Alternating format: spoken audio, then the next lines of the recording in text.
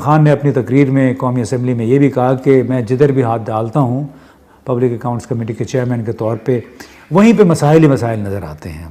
پیغام دنیا میں کہ کہیں پر اس قسم کا ماحول ہے یا اس قسم کے کوئی گورننس ہے. کیا آپ سوڈان کا اگزامپل دیں گے آپ یہاں پر؟ اللہ نہ کرے کہ ایسا ہمارے یہاں بھی کیفیت ہو، لیکن اٹھاتے ہیں یہ نہ صرف. اور یعنی بنیادی ایشوز کیا ہیں آپ کے جو ہمیشہ ہم بات کرتے ہیں؟ سیکیورٹی، معیشت. پاکستانی معیشت بدحالی کا شکار ہے اور بدترین بدحالی کا شکار ہے، اور افسوس سے کہنا پڑتا ہے کہ مستقبل قریب میں اس میں بہتری کے آثار نہیں.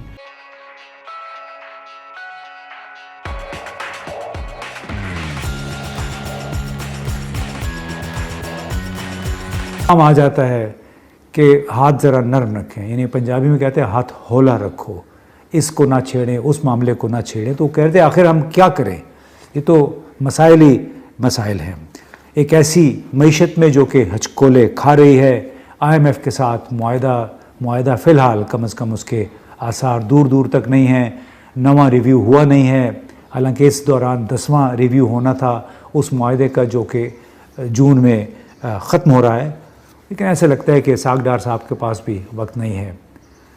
ان کا مالی معاملات کو، معیشت کو مینیج کرنے کی بجائے وہ سیاسی مذاکرات پی ٹی آئی کے ساتھ مینیج کرنے کی کوشش کر رہے ہیں. حالانکہ جب ستمبر میں وہ واپس آئے تھے لندن سے 5 سال کے بعد، تو انہوں نے کہا تھا کہ میں واپس آیا ہوں اور پاکستان جس معاشی بھنور میں پھنسا ہوا ہے میری بھرپور کوشش ہوگی اس سے نکالا جائے. اس کے بعد بڑی انہوں نے اچھی اچھی خبریں بھی دیں کہ جون تک ہمیں 12-13 ارب ڈالر بھی مل جائیں گے. اس میں سے ابھی تک ایک دھیلا بھی نہیں ملا ہے. صرف چین نے دیے ہیں 2.3 ارب ڈالر، ایک نیا قرضہ دیا ہے، باقی سب فی الحال وعدے ہیں. جناب وعدے کیوں ہیں؟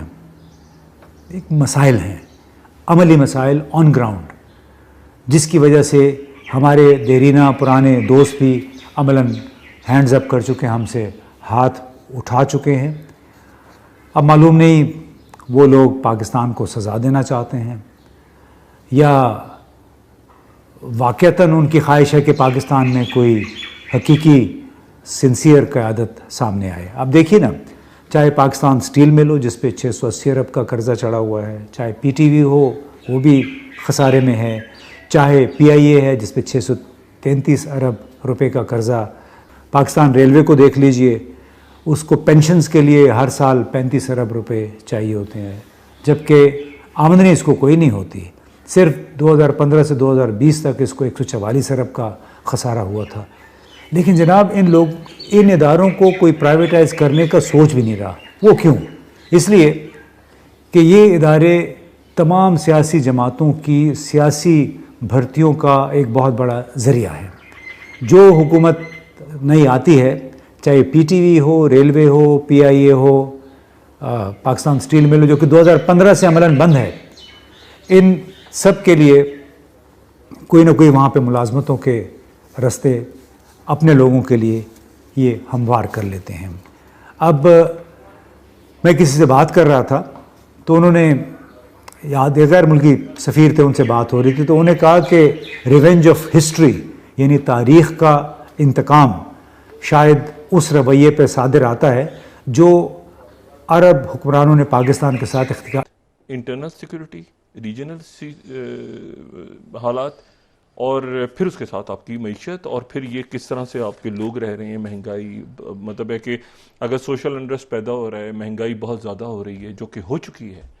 آئی ایم ایف کے ساتھ آپ کے معاملات حل نہیں ہو رہے، بوجھ بڑھتا جا رہا ہے عوام پہ، تو سوشل انٹرسٹ نیچے پیدا ہو رہا ہے لوگوں کے، عوام کے اندر بے چینی ہے. اور یہ جو بے چینی پیدا ہوتی ہے تو پھر یہ ریکروٹمنٹ یہ لوگوں کو مجبور کرتی ہے سوشل انٹرسٹ ایک کرائم کی طرف جانے.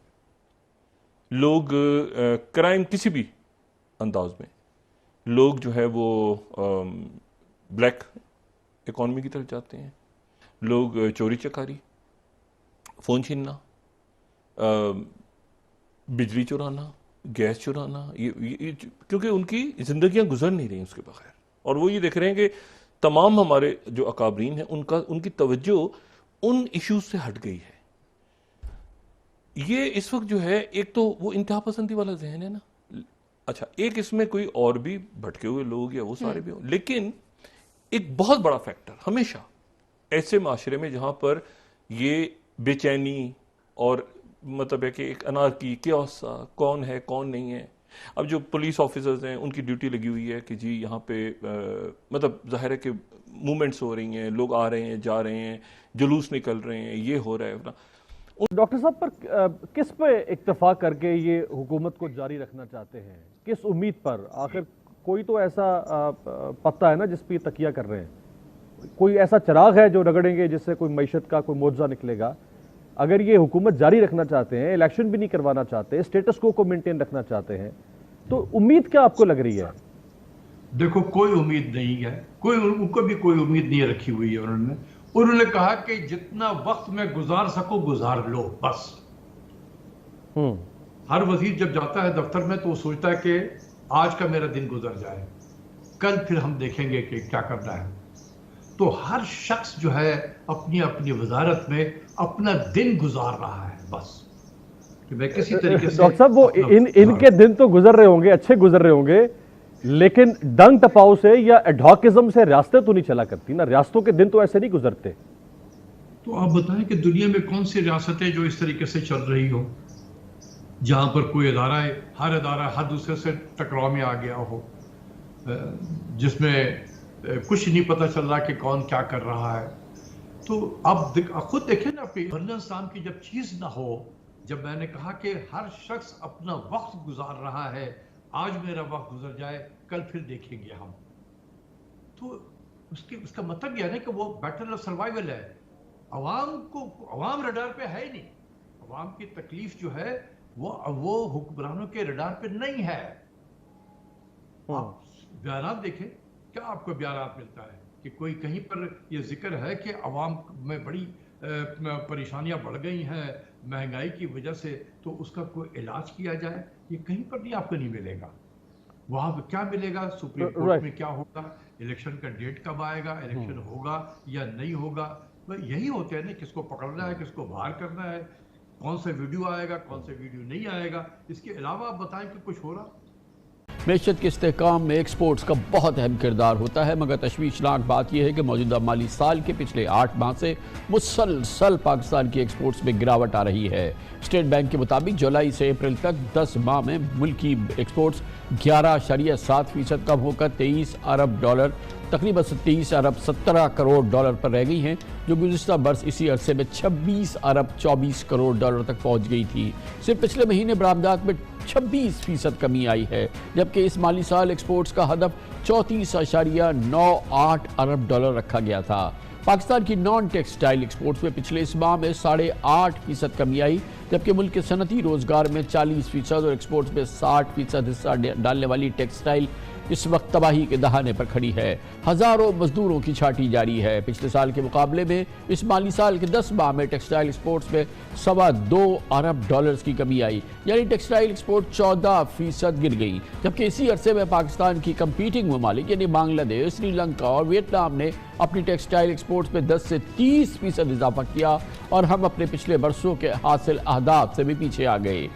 2020 سے 2022 تک اس دوران پاکستان میں ٹیکسٹائل ایکسپورٹس میں تقریباً $12.5 ارب سے $19 ارب تک پہنچ گئی تھی, یعنی 2 برسوں میں ٹیکسٹائل ایکسپورٹ میں 56% اضافہ ہوا تھا, جس کی بڑی وجہ یہ تھی کہ اس وقت کی پی ٹی آئی کی حکومت نے بجلی اور گیس کی مد میں ٹیکسٹائل سیکٹر کو برات دی تھی. وزیر خزانہ اسحاق ڈار نے عہدہ سنبھالنے کے بعد صنعت کاروں کی رضامندی سے بجلی میں $20 اور گیس $9 فی یونٹ کر دی تھی, لیکن